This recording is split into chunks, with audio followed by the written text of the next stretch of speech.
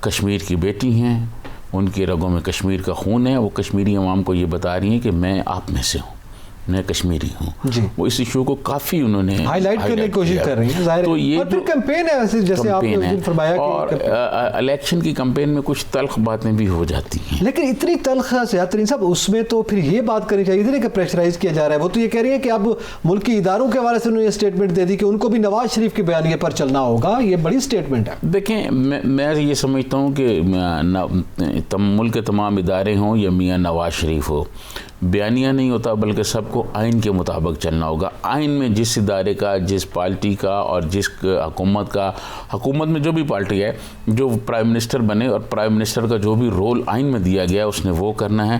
باقی جو اداروں کے ہیڈ ہیں ان کا بھی جو رول ہے وہ آئین کے مطابق چلنا ہے. دیکھیں جو ملک آئین کے مطابق چلتے ہیں وہ ترقی کرتے ہیں، جو ملک آئین اور قانون کے مطابق نہیں چلتے ان کی حالت پھر اچھی نہیں ہوتی، ان کے لیے مسائل پیدا ہوتے ہیں. تو میں سمجھتا ہوں کہ بیانیے کے انہوں نے بہت آگے کی بات کر دی ہے، لیکن میں یہ سمجھتا ہوں کہ بیانیے سے پہلے ان کو آئین کہنا چاہیے تھا کہ پاکستان جو ہے، سب لوگ جو پاکستان کو آئین کو مانتے ہیں وہ یہ کہتے ہیں کہ پاکستان کو آئین کے مطابق چلایا جائے. آئین کے جو بندہ آئین کے مطابق چلے گا انشاءاللہ ساری چیزیں آگے. وہ کسی ایک شخص کے بیانیہ جو ہے اس پہ تو نہیں چلا جا سکتا. بالکل اسی حوالے سے ہم مزید بھی گفتگو کرتے ہیں اور وفاقی وزراء نے جو باتیں کی ہیں ان رسپانس جو کہ مریم صاحبہ نے باتیں کی ہیں اس کے جواب میں، تو اس کو بھی شامل گفتگو کریں گے. ایک بریک بعد ہمارے ساتھ رہیے گا. ویلکم بیک ناظرین. ہم نے بریک سے پہلے ذکر کیا کہ مریم نواز صاحبہ اپنے خطابات میں ملکی اداروں کے حوالے سے، بیانیے کے حوالے سے ذکر کر رہی ہیں، اور آج 3 وزراء نے بیٹھ کر، وفاقی وزراء نے جو گفتگو کی ہے، فواد چودھری صاحب، حماد اظہر صاحب اور پھر شہزاد اکبر صاحب جو مشیر احتساب ہیں.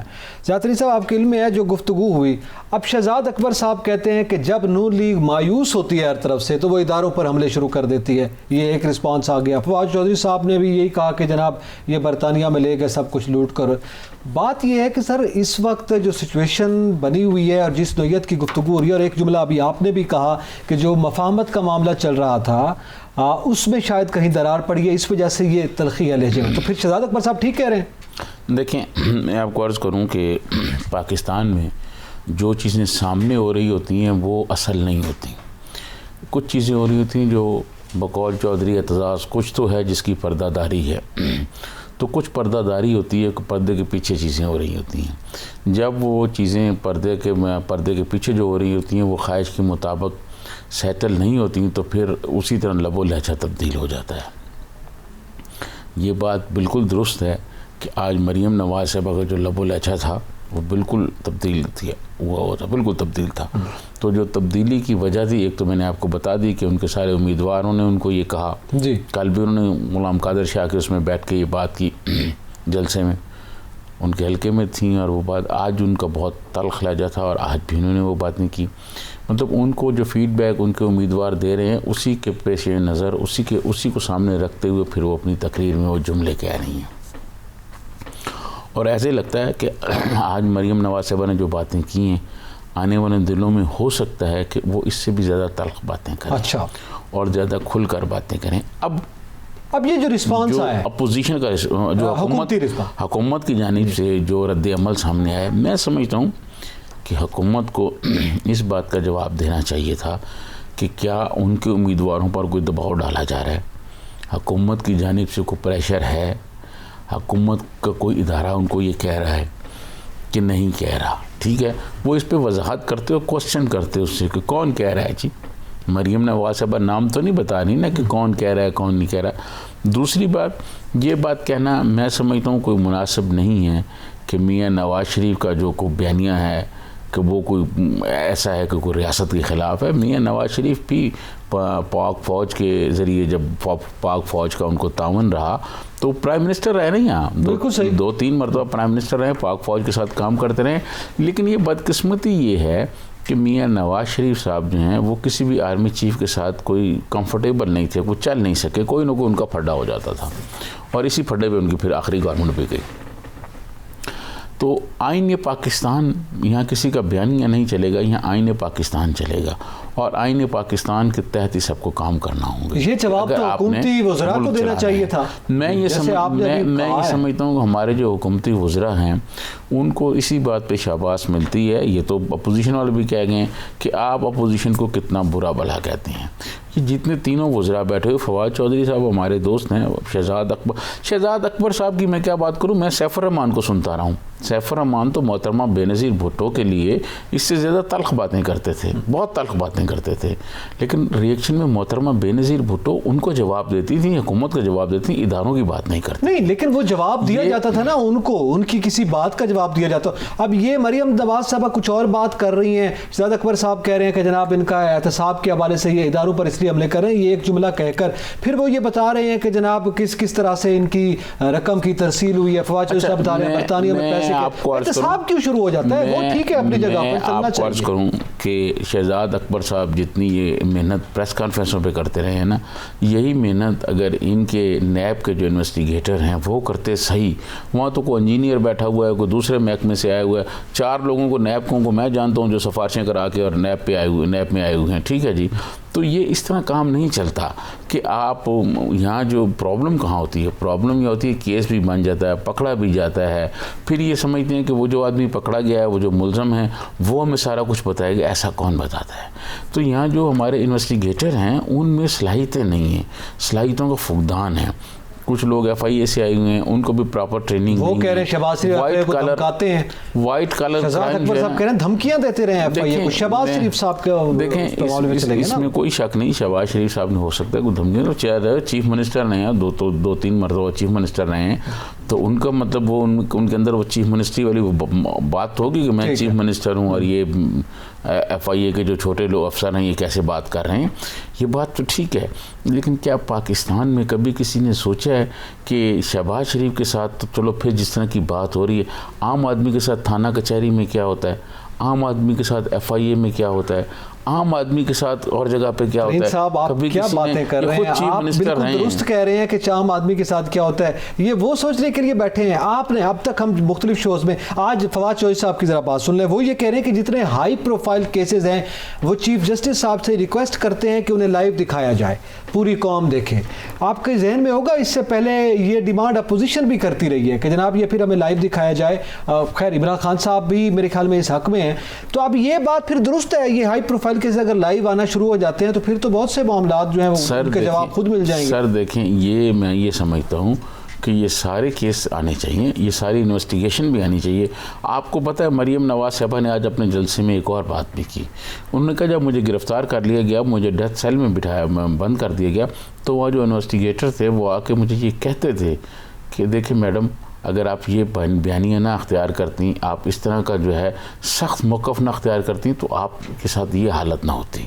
تو وہ کہتی ہے کہ میں نے جس کے جواب میں آج حکومتی وزراء آئے تھے تو میں نے کہا کہ اس سے ثابت ہو گیا کہ کرپشن ہم نے نہیں کی، ہم اپنے بیانیے کی وجہ سے ہیں. تو بات یہ ہے جو میں بات کر رہا تھا، اس سے پہلے سیف الرحمان صاحب احتساب چلاتے رہے ہیں، بہت ساری چیزیں انہوں نے بتائیں.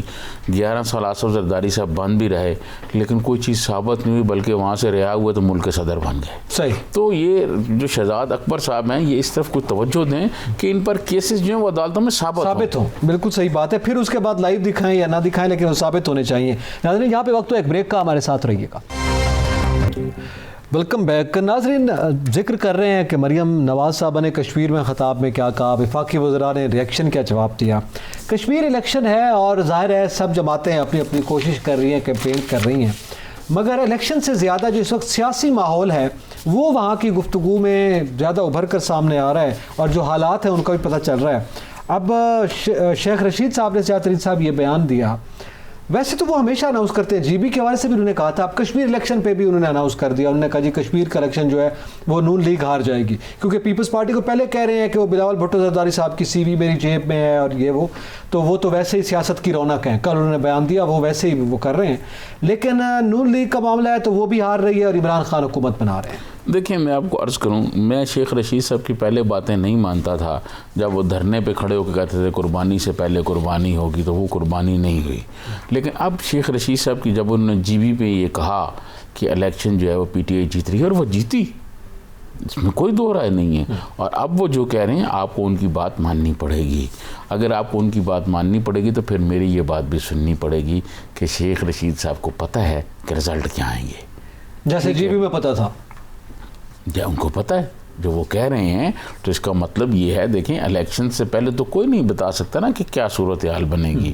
وہ ایگزیکٹ کہہ رہے ہیں کہ ہم حکومت بنانے جائیں گے. یہ بات ٹھیک ہے کہ کشمیر میں ایک یہ روایت رہی ہے کہ جس کی وفاق میں حکومت ہوتی ہے اسی جماعت کی کشمیر میں حکومت بن جاتی ہے جب الیکشن ہوتے ہیں. ٹھیک ہے. تو اس کو اگر اس بات کو اگر مد نظر رکھا جائے تو شیخ رشید صاحب ٹھیک کہہ رہے ہیں. تو سر وہ ایک انٹیریئر منسٹر اناؤنس کر دیا کرے الیکشن تو میرے خیال میں پھر بات ہی ختم ہو جائے. نہیں وہ اس طرح کے الیکشن اتنا دیکھیں ایکسپینس ہوتا ہے سر. دیکھیں وہ بات آپ ٹھیک کہہ رہے ہیں، لیکن ہم نے جمہوریت کا تماشا بھی تو لگانا ہے نا کہ جمہوریت ہے ہمارے ملک میں. تو جس طرح ادھر جمہوریت ہے اسی طرح کشمیر میں بھی جمہوریت ہے، اور ہم جمہوریت کے بہت بڑے حامی ہیں. پاکستان میں بھی جمہوریت ہے اور ہم پاکستان میں بھی جمہوریت کے حامی ہیں، آئین کے حامی ہیں. ہم آئین کی بالادستی کی بات کرتے ہیں، اپوزیشن بھی یہ کرتی ہے. لیکن بدقسمتی یہ ہے یہ ساری اپوزیشن جو ہے، یہ محمود خان اچکزئی سے آپ شروع ہو جائیں، مولانا فضل الرحمان صاحب، بلاول بھٹو، محترمہ مریم نواز صاحبہ، اور بھی جتنے ہیں اسفند یار وغیرہ، یہ سارے جب اپوزیشن میں ہوتے ہیں ان کو پاکستان کا آئین، پاکستان کا قانون، یہ ہر چیز جو ہے تب یاد آتی ہے. کیا سیف الرحمان جو ہے وہی کام نہیں کرتا رہا جو آج شہزاد اکبر صاحب کر رہے ہیں؟ ٹھیک ہے. کیا سیف الرحمان اسی طرح پریس کانفرنسیں نہیں کرتا تھا؟ کیا اسی طرح اس وقت تو پی ٹی وی تھا نا، میں تو کور کرتا رہا ہوں سیف الرحمان کو، تو کیا وہ اسی طرح ایک کہانی نہیں سناتا تھا اور اسی طرح نہیں کہتا تھا کہ جی مقدمات ہو جائیں؟ کیا یہ بات تاریخ میں جو واقعات ہوتے ہیں، میں کئی دفعہ کہہ چکا ہوں، ان کو آپ کھرچ نہیں سکتے کہ آپ اپنے ہاتھ سے کھرے دیں یا پینٹ کر دیں. ان پر واقعات تو تاریخ میں آتے ہیں، پھر وہ تاریخ کا حصہ ہوتے ہیں. کیا سیف الرحمان صاحب نے ٹیلی فون پہ یہ نہیں کہا جسٹس قیوم کو کہ میاں صاحب ناراض ہو رہے ہیں اور فوراً سزا دیں، اور پتہ نہیں کتنی سزا دیں؟ اس نے کہا میں اتنی تو نہیں دے سکتا، زیادہ سے زیادہ دے دوں گا، 14 سال دے دوں گا. کیا یہ بات درست نہیں؟ کیا میاں شہباز شریف کی وہ کال ریکارڈ تاریخ پہ موجود نہیں ہے جس پہ انہوں نے یہ کہا کہ میں یہ فلانا جو ہے یہ ہمارا آدمی ہے اور اس کا آپ خیال رکھیے گا؟ وہ ریکارڈ پر ہے نا. یہ سارا کچھ نہیں کرتے رہے، یہ سارا کچھ کرتے رہے ہیں نا. تو اور اس کے بارے میں جب پیپلز پارٹی کورٹ میں گئی تو نہ صرف وہ فیصلہ ان کے حق میں آیا بلکہ 2 ججوں کو گھر جانا پڑا، ایک جسٹس قیوم اور ایک شاید اور جج تھے. تو یہ بات یہ سارا کچھ تو آپ کرتے رہے ہیں. اب آپ کے ساتھ ہو رہا ہے تو آپ کہتے ہیں کہ جناب یہ آئین بھی ہے اور قانون بھی ہے اور بیانیہ بھی ہے. آپ مجھے یہ بتائیں، آج آپ کو بیانیہ یاد آ گیا ہے، آپ کو نواز شریف صاحب کو اس وقت بیانیہ یاد نہیں ہوا کہ اسٹیبلشمنٹ آپ کے ساتھ ہو تو آپ 2/3 اکثریت لیں ہیں اور جو آپ کا دل چاہے آپ کریں، ٹھیک ہے جی. اور اسٹیبلشمنٹ اگر آپ کو نکال دے پھر ووٹ کو عزت دو. یہ جواب تو نہیں دیا گیا نا سر. میرا تو سوال یہی ہے نا، میں آپ کو عرض کروں کہ انٹیریئر منسٹر کو شیخ رشید صاحب کو تو یہ جواب دینا چاہیے کہ مریم صاحبہ جو الزام عائد کر رہی ہیں کہ ان کے جو نون لیگ کے مختلف الیکٹیبلز ہیں یا جو ان کے کارکنان ہیں ان کو پریشرائز کیا جا رہا ہے، ان کو دباؤ دیا جا رہا ہے کہ وہ پی ٹی آئی جوائن کرے، اس کا جواب انٹیریئر منسٹر کو دینا چاہیے تھا. دیکھیں میں آپ کو عرض کروں، شیخ رشید صاحب بلاول بھٹو کے بارے میں تو سخت بات کر سکتے ہیں، وہ مریم صاحبہ کے بارے میں یا نون لیگ کے بارے میں اس طرح کی سخت بات نہیں کریں گے، نہ نواز شریف کے خلاف کریں گے، کیونکہ ان کو پتہ ہے کہ اگر وہ کریں گے تو پھر ادھر سے بھی بہت ساری باتیں کھل جائیں گی. تو وہ سندھیوں کے بارے میں بات کریں گے، پشتونوں کے بارے میں کریں گے، سرائکی اور بلوچ لیڈرشپ کے بارے میں کریں گے، لیکن وہ لاہور کی لیڈرشپ کے بارے میں اس طرح بات نہیں کریں گے، کیونکہ ان کے ساتھ کام کرتے رہے ہیں. ان کو بھی پتہ ہے شیخ رشید صاحب کا. اور جو باتیں آپ کہہ رہے ہیں کہ شیخ رشید صاحب کو یہ بات کرنی چاہیے تھی، اگر پرائم منسٹر عمران خان کے ساتھ یہ ویژن والے لوگ ایسا کام کرتے تو آج حکومت کو یہ مشکلات نہ دیکھنی پڑتی. جس طرح میں نے کہا، نہیں دیکھیں یہ تو پھر دیکھیں اگر صورتحال کو اس انداز میں دیکھا جائے، دیکھیں دباؤ دلوار ہے تو انٹیریئر منسٹر کے انڈر آتا ہے نا. یہ الزام تو وزیر داخلہ پر عائد کر رہی ہیں مریم نواز صاحبہ، انہیں پر عائد ہو رہا ہے نا. تو وہ تو انہوں نے بات کر دی کہ جی ہاں نون لیگ ہار رہی ہے اور ہم جیت رہے ہیں. آپ بالکل ٹھیک کہہ رہے ہیں. شیخ رشید صاحب کو اصل میں شیخ رشید نہیں بلکہ ساری کیبنٹ کے جو 3-4 منسٹر بیٹھے ہوئے تھے ان کو اسی بات کا پوائنٹ ٹو پوائنٹ جواب دینا چاہیے تھا. لیکن وہ بیٹھے ہوتے ہیں، مریم صاحبہ کی پریس تقریر سنتے ہیں، اس کے بعد کہہ کے لگاتے ہیں اور کہتے ہیں آؤ بیٹھو یہ بھی جواب دینا ہے، یہ بھی جواب دینا ہے اور میں نے یہ بھی کہا.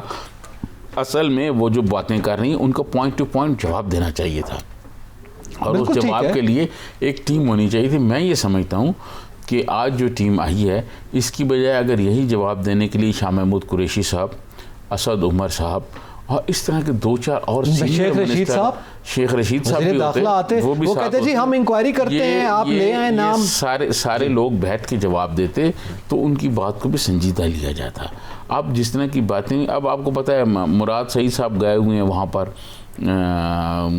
آزاد کشمیر میں, وہ بھی کمپین چلا رہے ہیں اس کی حکومتی امیدوار کشمیر میں الیکشن کے حوالے سے پی ٹی آئی کی کمپین چلا رہے ہیں مراد سعید صاحب. اب وہ جس قسم کی باتیں کر رہے ہیں, اب آپ ان کو یہی باتیں اگر آپ کے سنجیدہ منسٹر جا کے کریں تو وہ لیں گے.